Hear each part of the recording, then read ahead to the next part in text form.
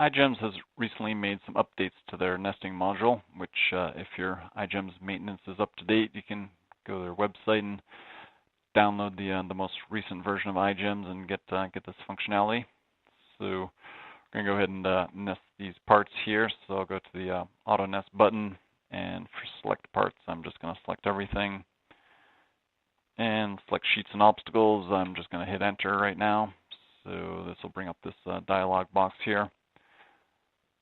So here we've got a listing of the parts that we want to cut and the quantity.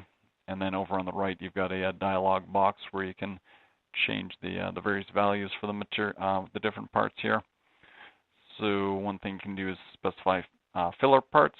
So the quantity would be the quantity of parts that you definitely want to get, and then the filler parts can use up to that many parts to either fill up an entire sheet or just the portion of the sheet that's being used by the parts that you really want. So on these 4 parts here, I'm just going to select those, and I'm going to specify 50 fill parts for each of those. So we want 100 of this part plus up to an additional 50 fill parts.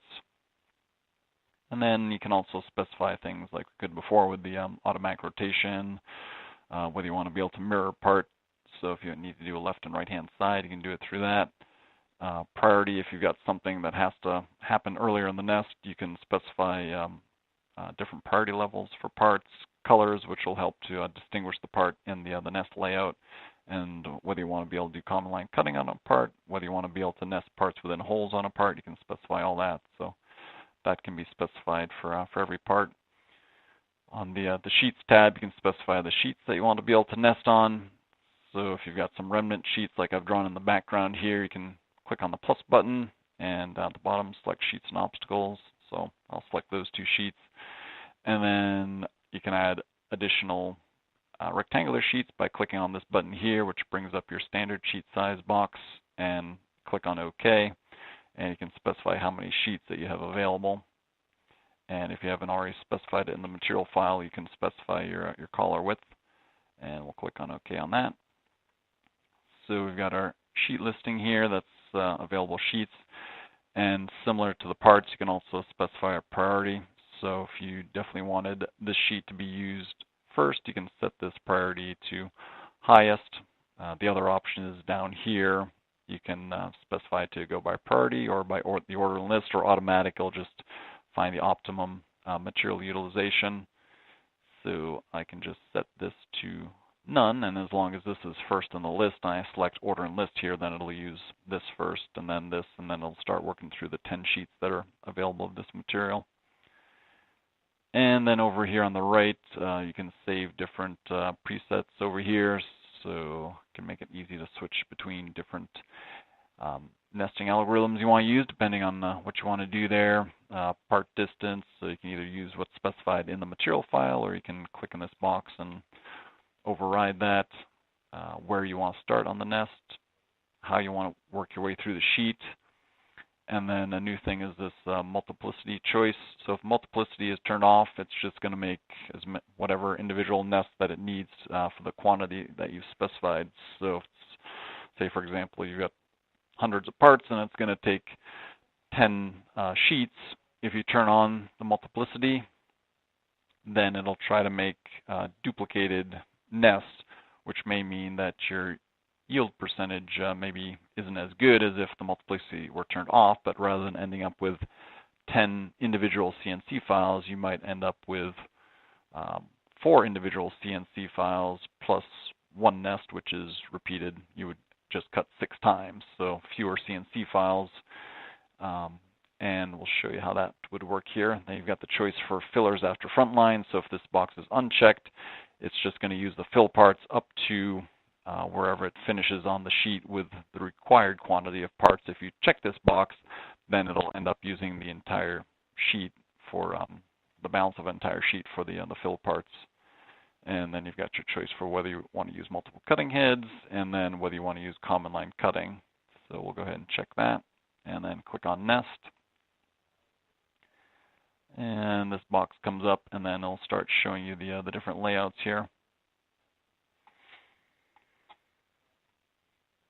So this is with the multiplicity turned off, and then we'll try it with the multiplicity turned on and see what's different. So right now we're up to basically five layouts that it's come up with. It shows you the quantity of parts requested, quantity nested, how many fill parts it's used, percentage utilization and such. And down here you can change between, shows you the 5 different layouts or the individual part colors. Priority, if you had specified a higher priority of parts, you would see where those are in the nest.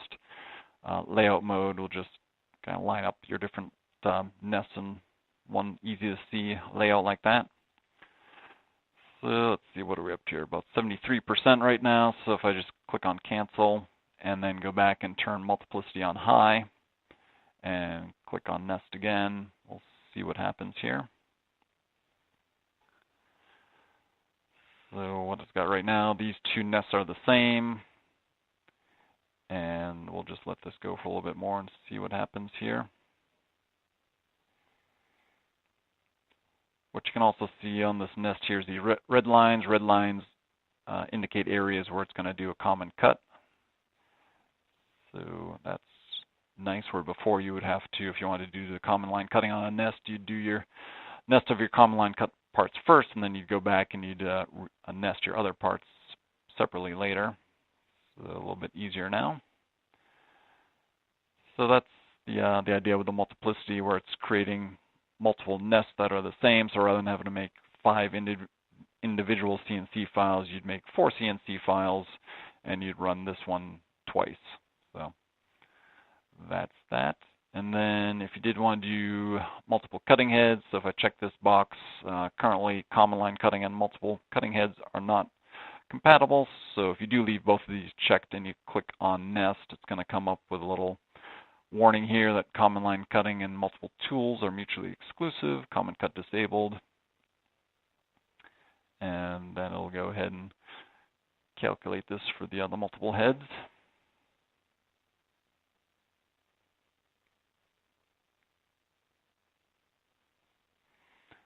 So here again, it made these 2 sheets the same. So the parts in gray would be head number 2, and the colored parts would be head number 1.